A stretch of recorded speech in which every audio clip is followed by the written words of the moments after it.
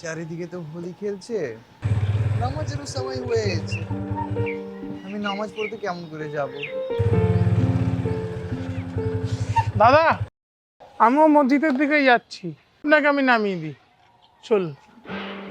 আল্লাহ, তোর লাখ লাখ শুক্রিয়া।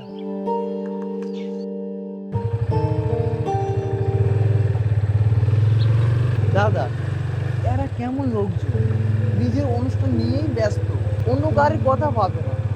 আপনি যদি আজকে না আসতেন তো আমি নামাজ পড়তেও যেতে পারতাম না। দাদা দাঁড়া না, মসজিদ এসে গেছে।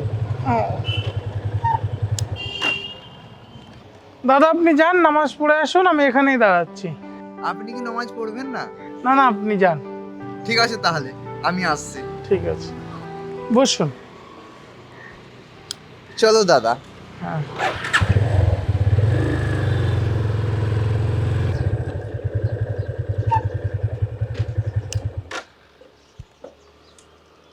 দাদা, নামাজের গুরুত্ব একটা মুসলিমই জানে, হিন্দু এগুলো কি জানে?